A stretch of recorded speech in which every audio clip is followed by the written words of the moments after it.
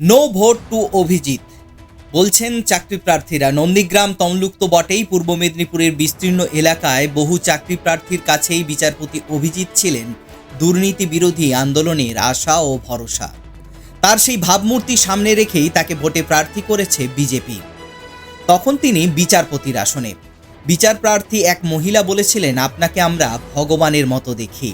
শিক্ষাক্ষেত্রে নিয়োগে দুর্নীতির অভিযোগে সেই সময় ভুরি ভুরি মামলা হচ্ছে।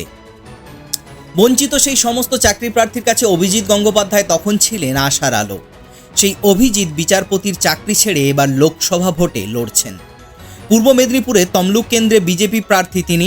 এই ভূমিকা বদলে কিন্তু একসময় তাকে ভগবানের চোখে দেখা চাকরি প্রার্থীদের অনেকে মোটেই খুশি নন। আর বিচারপতি অভিজিতের নির্দেশে যারা চাকরি খুইয়েছিলেন তারাও ক্ষুব্ধ। দুতরফেই অনেকে বলেছেন no vote to Abhijit. Nandigram Tamluk তো বটেই, পূর্ব মেদিনীপুরের বিস্তীর্ণ এলাকার বহু চাকরি প্রার্থীর কাছেই বিচারপতি অভিজিৎ ছিলেন দুর্নীতি বিরোধী আন্দোলনের আশা এবং ভরসা। তার সেই ভাবমূর্তি সামনে রেখেই তাকে ভোটে প্রার্থী করেছে বিজেপি।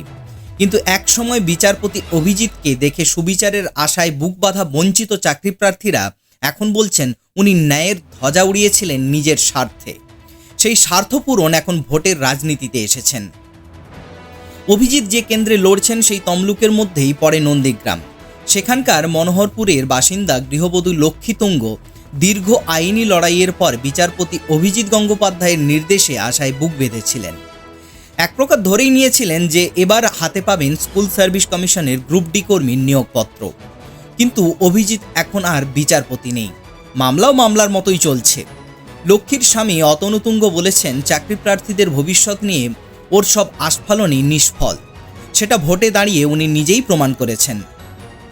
এমন লোককে কিভাবে ভরসা করা যায়? বিচারপতি অভিজিতের নির্দেশে শিক্ষকের চাকরি হারিয়েছেন এমন অনেকেই আবার শীর্ষ আদালতের নির্দেশে পুনর্বহালও হয়েছেন। তাদেরই একজন পূর্ব মেদিনীপুরের রামনগরের বাসিন্দা কল্যাণ দাস। তিনি বলেছেন, চাকরি ফেরত পেয়েছি ঠিকই, কিন্তু ভুয়ো শিক্ষকের তকমাটা তো এত সহজে মুছে ফেলা যাবে না। অভিজিৎ গঙ্গোপাধ্যায় বিচারকের আসনে বসে একতরফা বিচার করে গিয়েছেন। এখন বোঝা যাচ্ছে সবটাই তিনি করেছেন কাউকে খুশি করতে। কল্যাণ স্পষ্ট বলেছেন, সমস্ত মুখোশ খুলে গিয়েছে। সকলকে বলছি, no vote to Abhijit Gangopadhyay. ভোটের ময়দানে অভিজিতের প্রতিপক্ষ তৃণমূল প্রার্থী দেবাংশু ভট্টাচার্য। তার দাবি, অনেক দিন আগে থেকেই বিজেপির সঙ্গে ওর যোগাযোগ ছিল। তখন যারা ওকে ভগবানের আসনে বসিয়েছিলেন এখন তারাই টেন নামাবেন। অভিজিৎ অবশ্য বলেছেন, যারা চাকরি পাওয়ার যোগ্য নন আমি তাদেরই চাকরি খারিজের নির্দেশ দিয়েছিলাম। অনেকে মনে করিয়ে দিচ্ছেন, বিচারপতি থাকাকালীন ভগবান সম্বোধন শুনে অভিজিৎ বলেছিলেন, আমি আর আগের মতো নেই, আর ভগবান টগবান নেই, আমি এখন শয়তান হয়ে গিয়েছি। এখন সাধারণ মানুষ বিচার করে দেখবেন অভিজিৎ গঙ্গোপাধ্যায় সত্যিই কি শয়তান, না একজন বিচারপতি হিসেবে ভগবান।